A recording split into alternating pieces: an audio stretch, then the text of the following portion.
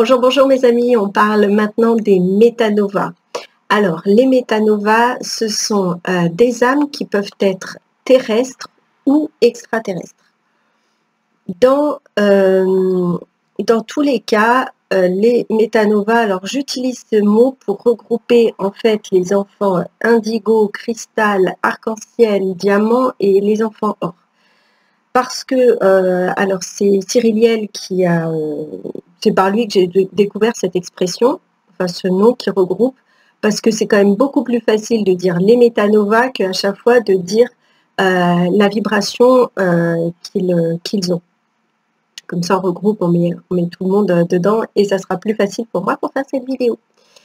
Voilà, alors les métanovas, ils naissent soit de deux parents avec une vibration maître, c'est-à-dire 11, 22 ou 33, soit de deux parents Wilkin ou d'un parent Wilkin et d'un parent avec une vibration maître. Voilà, en général quand même, on peut dire que ces enfants naissent de parents qui ont déjà, eux, une énergie, une vibration élevée.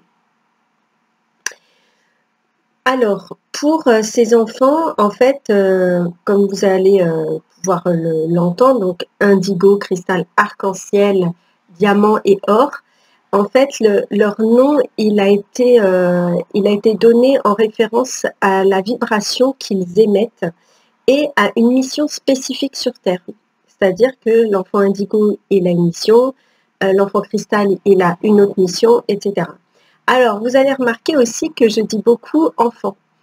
Alors qu'aujourd'hui, et d'ailleurs c'est quelque chose que j'ai lu beaucoup en faisant mes recherches, clairement on sait très bien que ce ne sont plus des enfants puisqu'ils ont commencé à naître à partir des années 70-75, donc clairement ce ne sont plus des enfants. Cependant pour certains, et à mon sens, moi ceux que j'ai pu rencontrer, je trouve qu'ils ont toujours cette âme d'enfant. Justement, ils ont toujours ce truc, ils sont tellement purs que ils sont beaux, quoi. Ils sont beaux comme des enfants et voilà, ils sont purs, quoi. Je crois que je ne peux pas trouver un mot plus juste que ça. Donc voilà, je pense que c'est pour ça que ça perdure quand on dit les enfants, alors que maintenant c'est des adultes. Voilà, voilà. Alors, je le redis dans cette vidéo, tous les métanovas ne sont pas des starseeds, d'accord? Et parce que bon, j'ai fait la vidéo sur les starseeds, mais c'est important de ne pas tout mélanger. Donc c'est pour ça que moi j'appelle aussi, on va aussi dire un mot qui va être le mot voyageur. C'est les voyageurs pour moi de lumière, les catalyseurs de lumière, les travailleurs de lumière. Parce que voilà, encore une fois, c'est plus simple de dire voyageur.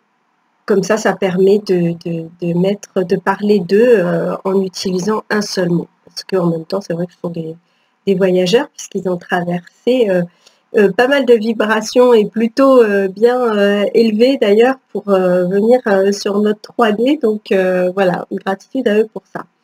Donc, je vais utiliser ce terme voyageur. Donc, je vais vous donner un exemple. Donc, par exemple, un voyageur qui vient de la 6e ou de la 7e densité, dimension, si je pense que je veux le dire, il va pouvoir avoir donc un habit indigo. Donc, je dis habit, c'est son champ aurique, hein, d'accord, pour pouvoir accomplir sa mission. Et donc, il va choisir en fait de représenter, de porter et d'avoir cette vibration pour la durée de sa vie terrestre. Mais aussi, il faut savoir que ça peut arriver qu'un voyageur change d'habit au cours de sa vie, puisque si sa mission change, ben forcément sa vibration, elle va changer.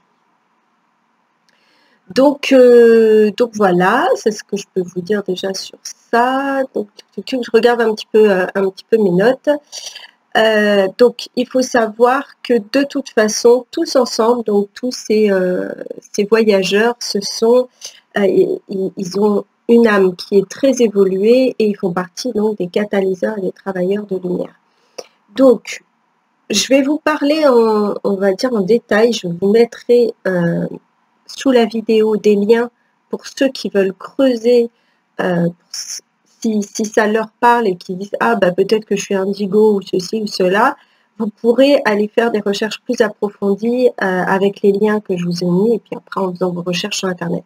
Là, je vais faire une petite vidéo pour synthétiser un petit peu pour que vous puissiez faire connaissance donc avec ces enfants. Donc c'est pour ça que j'ai besoin de mes notes parce que moi-même je ne connais pas et je ne connais pas par cœur, quoi. Donc les indigos, leur vibration elle est bleue et donc ils apportent avec eux l'énergie du changement et du courage, mais ils ont aussi une forme d'inconfort, voire de destruction lorsqu'elle est nécessaire dans leur mission.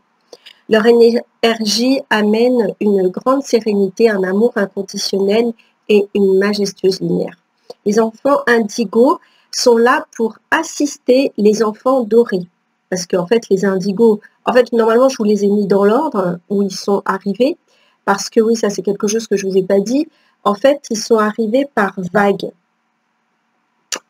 Alors, on appelle ça des vagues, mais en soi, c'est parce qu'on dit que dans les années 70, justement, il y a eu les indigos et à peu près 10 ans après, les enfants cristal. Enfin, voilà, il y a eu des périodes comme ça.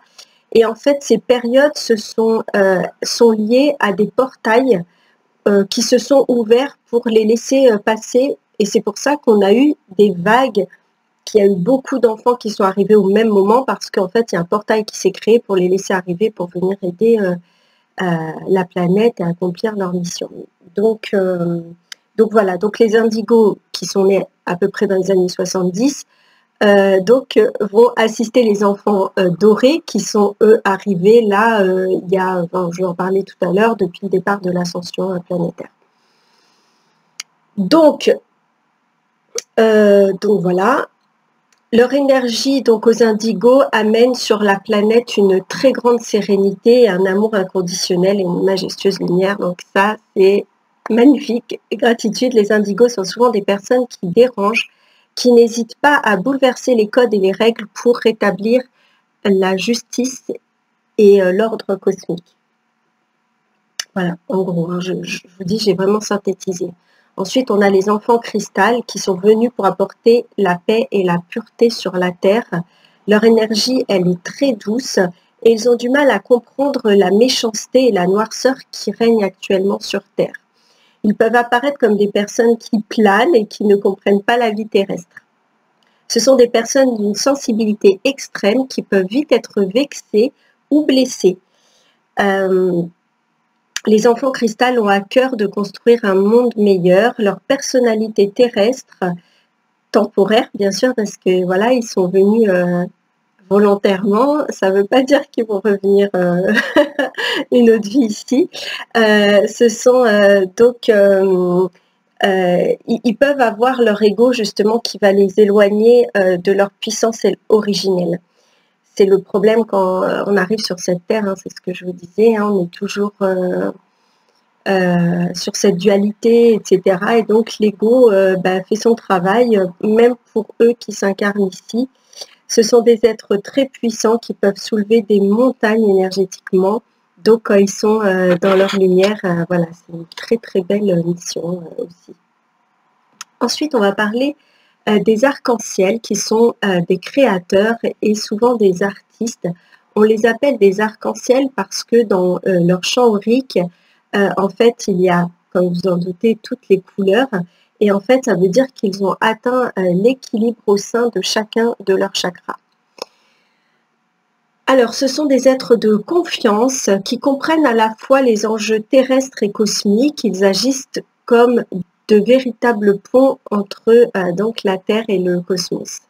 Ils sont extrêmement proches de la nature, des animaux, des minéraux, des esprits de la forêt, de l'eau, et ils peuvent facilement ressentir l'énergie dans un lieu. Ils sont capables de faire preuve d'esprit pratique et sont souvent portés à construire des modèles de société alternatifs. Ensuite, on a les enfants diamants. Alors eux, ils ne sont pas là pour changer les choses, ce sont des superconducteurs de lumière et d'énergie et une fois qu'ils commencent à conduire ou à canaliser leur lumière, eh bien, vous ne verrez personne de plus lumineux que les enfants diamants. Ils pourront vous donner votre état en vous regardant et vous dire ce qu'ils ont à dire de telle façon que ça vous contrariera, mais ça facilitera votre évolution. Des fois, c'est vrai qu'on peut être un petit peu, quand on nous dit quelque chose, les gens vont être vexés, hein, c'est l'ego encore une fois, mais c'est ce qui va permettre de faire évoluer, ça va permettre souvent une prise de conscience et une remise en question. Et pour finir, donc, les enfants or. Donc, ils sont arrivés récemment sur la Terre et de plus en plus incarnés. Ils correspondent à l'énergie que la Terre reçoit maintenant depuis le départ donc de son ascension. Ils reçoivent en permanence de la source ces énergies or et peuvent mettre sur la Terre cette fréquence par leur simple rayonnement. Ils seront nombreux à descendre pour faire évoluer l'humanité et ensemencer de nouvelles pratiques qui feront que la Terre se modifiera dans son état vibratoire. De toute façon, on s'en rend compte hein, que la Terre, que le taux vibratoire monte et qu'on change à une vitesse grand V. Donc voilà, c'est tous ceux qui viennent nous accompagner et nous aider sur cette planète. Et puis, on a l'archange Michael aussi, hein, qui est régent en ce moment et qui nous envoie des belles décharges, donc des belles vibrations pour nous permettre d'avoir cette prise de conscience et d'éveil et gratitude pour ça. Donc voilà, notre Terre est à nettoyer et à soigner et nous devons nous occuper d'elle. Donc là, je dis nous, hein, c'est pas que les enfants or, on est tous concernés et leur mission à eux, c'est nous réveiller, nous permettre de prendre conscience que notre planète, on doit s'en occuper, quoi. Donc nous serons contraints de modifier autant nos pensées que nos états d'âme et notre alimentation pour devenir ce que nous sommes réellement. En prenant soin de nous, nous prendrons soin d'elle et de cet ensemble auquel nous appartenons. Les enfants or donc sont là pour fermer la porte sur l'ancien âge et pour emmener l'humanité entière dans le nouvel âge, l'âge d'or. Voilà d'où ça vient.